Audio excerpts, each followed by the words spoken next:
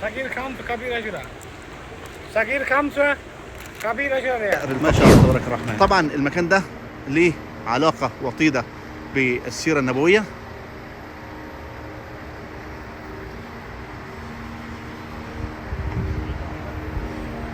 ما شاء الله تبارك. اللي احنا فيه ده اسمه منطقة المصلى.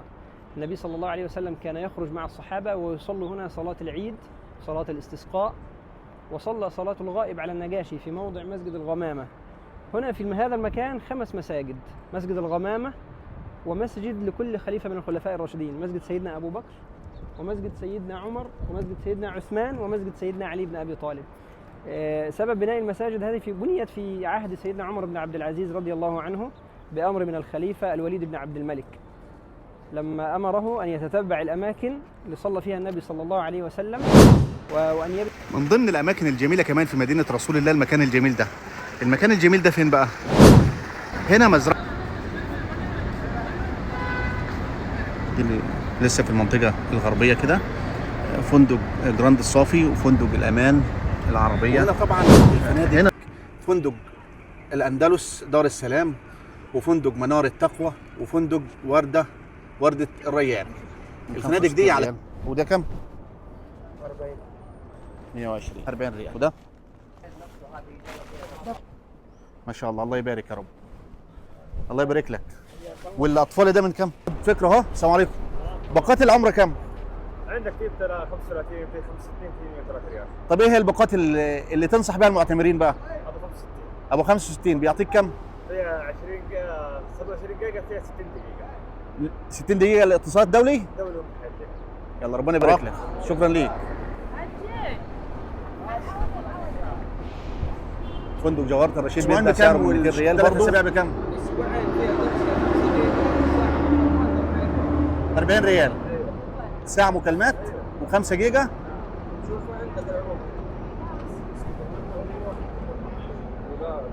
الصفاوة 10 ريال يا جماعة.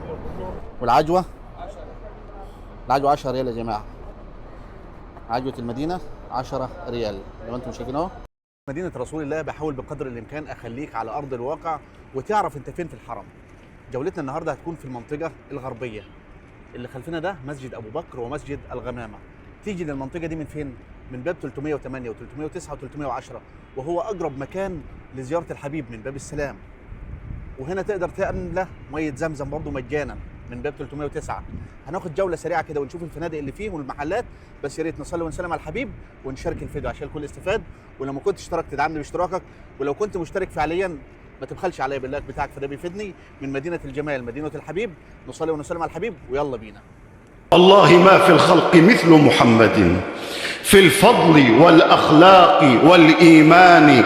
الله فضله على كل الورى وحباه نورا فائق الإمكان. فهو النبي الهاشمي المصطفى من خيرة الأنساب من عدنان. لو حاول الشعراء وصف محمد وجاءوا بأسفار من الأوزان، ماذا يقول الواصفون لأحمد بعدما جاء في القرآن؟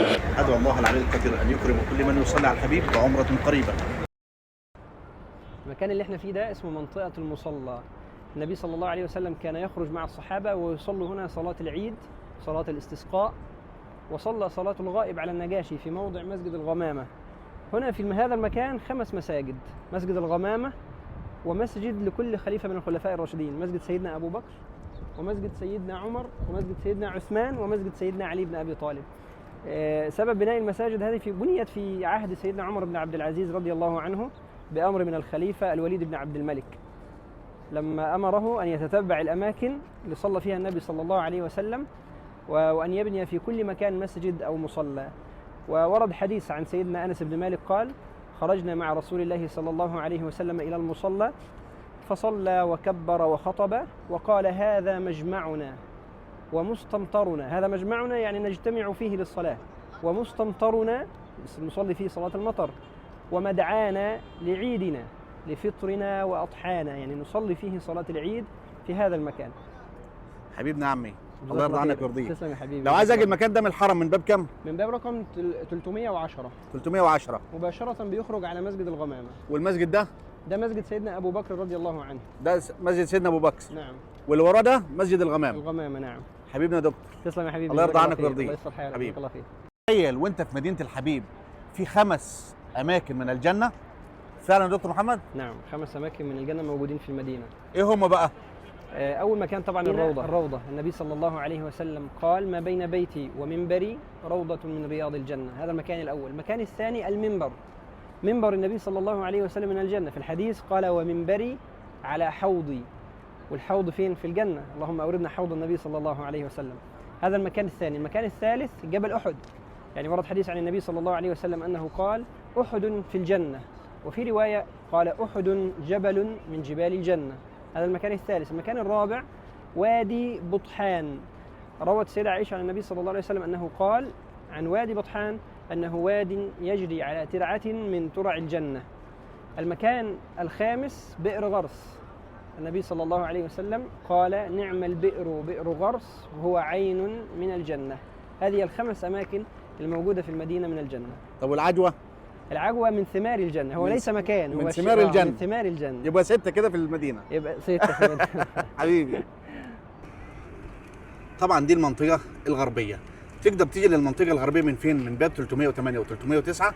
وهنا طبعا الفنادق: فندق الاندلس دار السلام، وفندق منار التقوى، وفندق ورده الريان.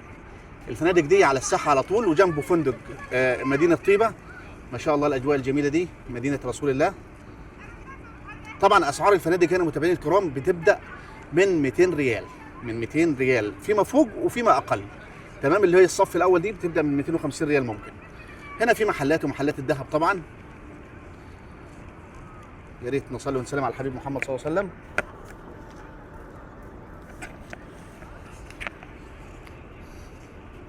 هنا طبعا ده مسجد سيدنا علي بن ابي طالب. وهنا فندق منازل الصادق، وفندق المختارة الماسي.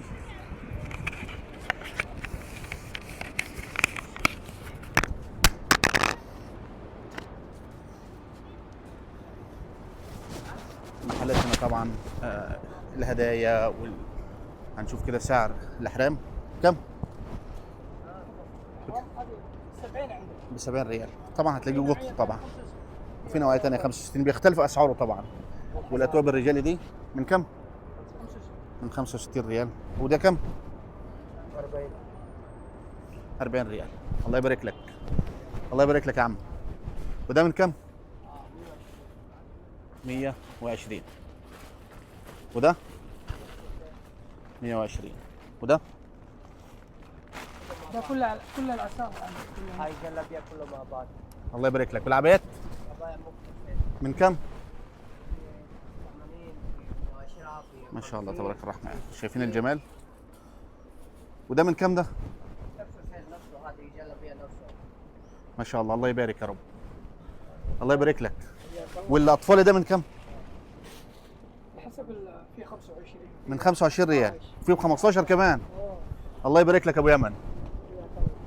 حلوه على حسب العروسه. يا ريت نصلي ونسلم على الحبيب محمد صلى الله عليه وسلم.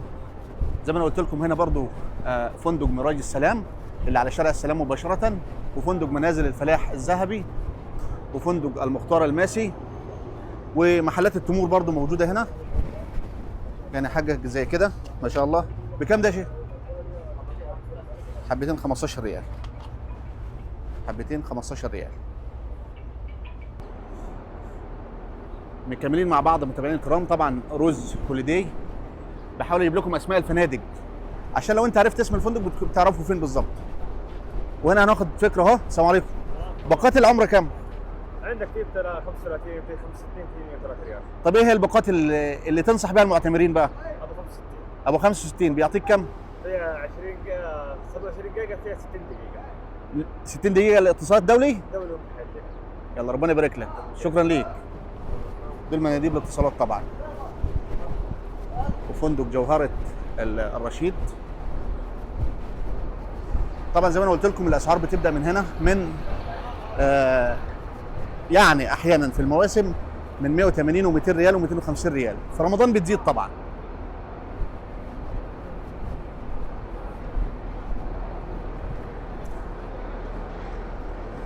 نزول المعتمرين طبعا والاجواء الجميله دي. زي ما انا قلت لكم هنا برضو فندق دار السلام، فندق دار السلام معتمرين طبعا دي العراق.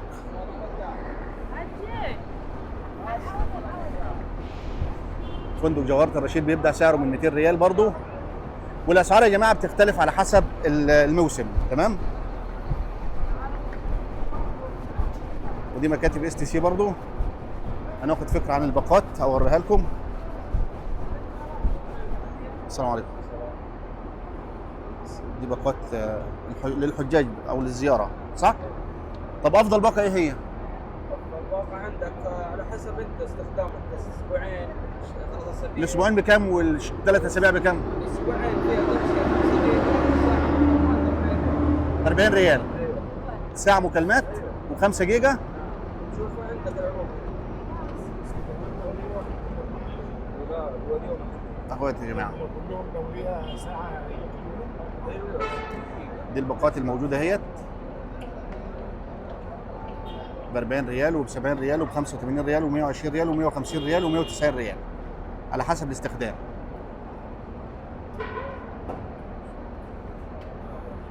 شكرا ليك يا عم. يا ريت تصلوا ونسلم على الحبيب محمد صلى الله عليه وسلم.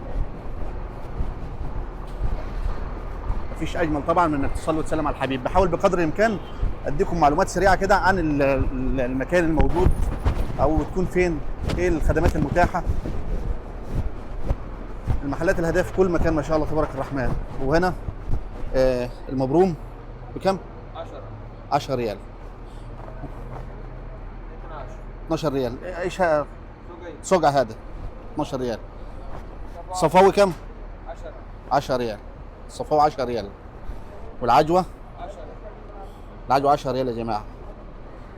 عجوه المدينه 10 ريال. لو انتم شايفين اهو عجوه المدينه 10 ريال. انتم شايفين كده كويس ولا لا؟ عجوه المدينه ب 10 ريال من هنا من جنب الحرم من باب 309. يا ريت تصلوا ونسلم على الحبيب ومكملين مع بعض.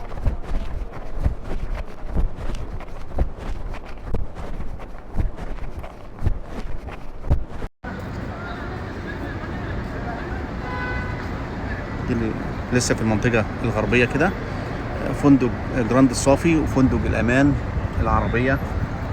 هنا المنطقة الغربية متابعين الكرام جميلة لأنها قريبة جدا من منطقة السياح ومنطقة ممشى درب السنة أو ممشى قباء، فتعتبر المنطقة الغربية كويسة وقريبة من المصلى كمان وقريبة من زيارة الحبيب محمد صلى الله عليه وسلم. يعني يعتبر شارع السلام طبعا هو المؤدي على طول مباشرة لزيارة الحبيب صلى الله عليه وسلم. أدعو الله العلي القدير أن يكرم كل من يصلي على الحبيب بعمرة وزيارة الحبيب قريبا إن شاء الله.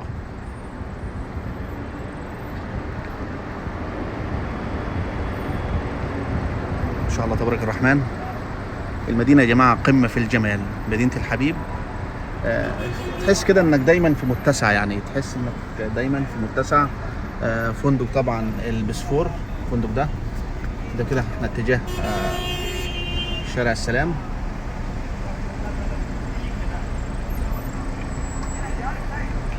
وطبعا هنا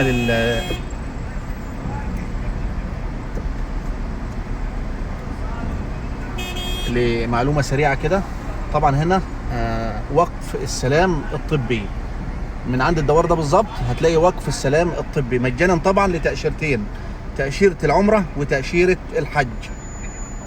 وقف السلام الصحي أو الطبي خير طبعا هو ده.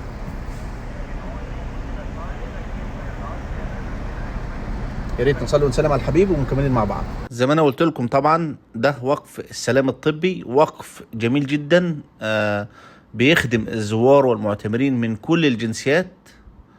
ربنا يا ربي يحفظ القائمين عليه. وده شارع السلام طبعا اللي بتدخل منه لزيارة الحبيب. شارع السلام طبعا من اشهر الشوارع في المدينة المنورة. صلوا وسلم على الحبيب وخليك معايا. حاجة سريعة كده واحنا بنلف في مدينة الحبيب، اماكن جميلة ولازم تجي لها. مش لازم بس المفروض تجي لها. انت في مدينة رسول الله والاماكن الجميلة لازم تيجي وتشوفها، تشوف مدينة رسول الله وجمال مدينة الحبيب محمد صلى الله عليه وسلم. من ضمن الاماكن الجميلة هنا حاجة كده اسمها بئر الفقير او مزرعه الصحابي الجليل سلمان الفارسي. شايفين الجمال والتجهيزات بقى لاستقبال الزوار، ويعني مظلات في كل الاماكن التراثيه المتعلقه بالسيره النبويه مجهزينها ما شاء الله تبارك الرحمن. جلسات، مراوح تبرد على القلب، حياه جميله. وهنا مزرعه سلمان الفارسي، تمام، وبئر الفقير. طبعا المكان ده ليه علاقه وطيده بالسيره النبويه.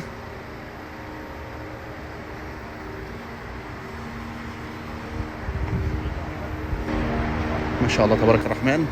يا ريت نصلي ونسلم على الحبيب محمد صلى الله عليه وسلم.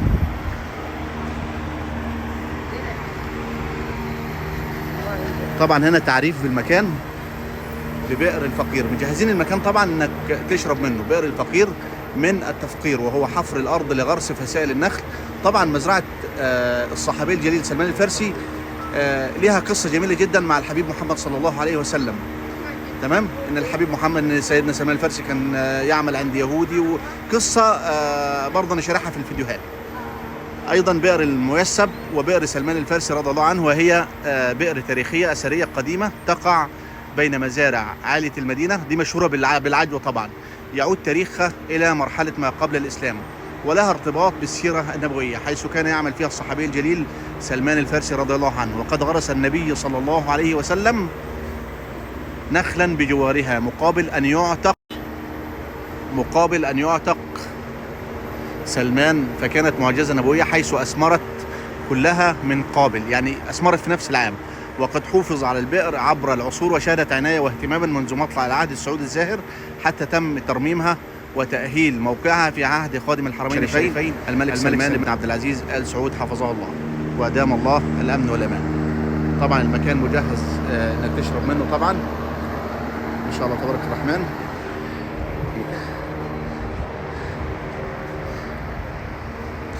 هنا طبعا محيط منطقة العالية مشهورة بمزارع النخيل. متابعين الكرام،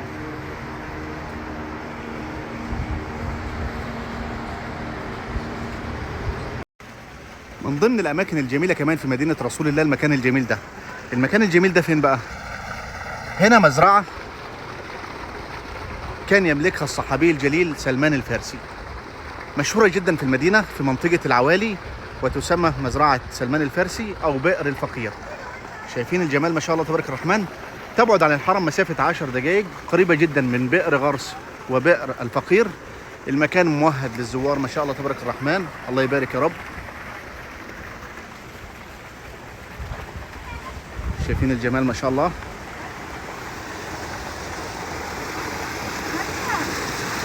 يا ريت نصلي ونسلم على الحبيب محمد صلى الله عليه وسلم. وهنا برضو الهدايا موجودة.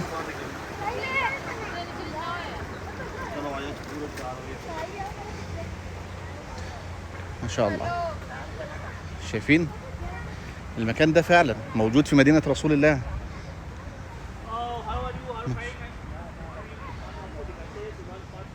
طبعا قصة مزرعة الصحابي الجليل سلمان الفارسي مشهورة جدا، واغلبكم عارفينها طبعا وشرحناها في فيديوهات قبل كده. ما شاء الله تبارك الرحمن. وهنا قهوة.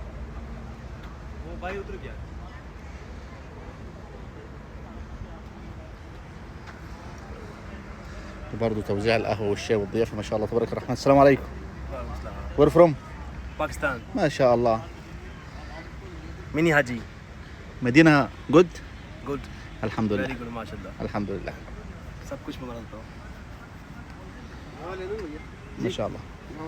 अरे वो भाई अभी इधर गया हमने तो उससे लिए यार. हम तो विजिटर हैं इधर. القهوة طبعا أو الشاي باللبن ما شاء الله.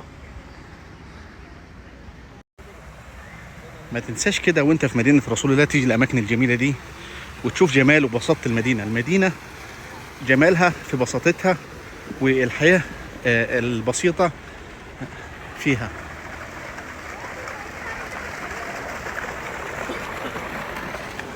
وهنا الهدايا بقى ما شاء الله تبارك الرحمن.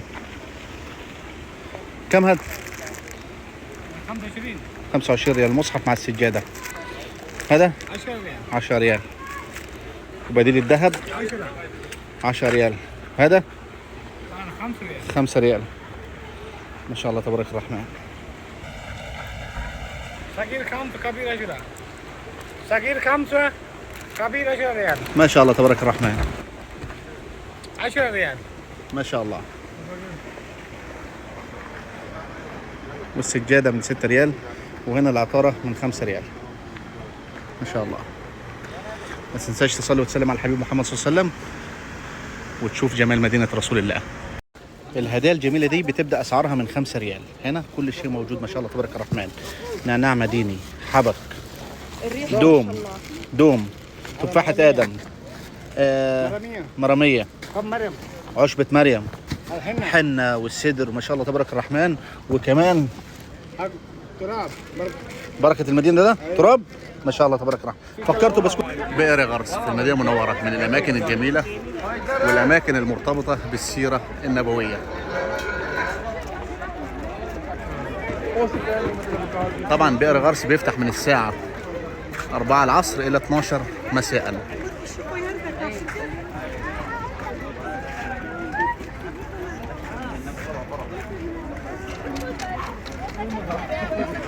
ما شاء الله تبارك الرحمن.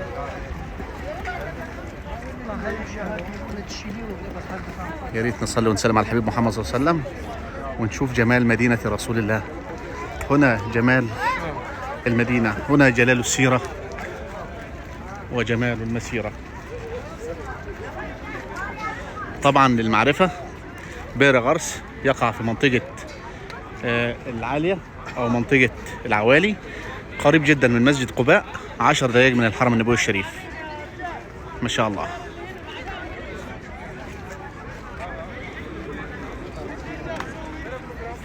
ما تنساش بقى لو عجبك المحتوى تدعمني باللايك بتاعك، ويا رب يكرمك بزيارة الحبيب محمد قريبا. شايفين جمال الحرم؟ دائما ابتسم فنبيك محمد.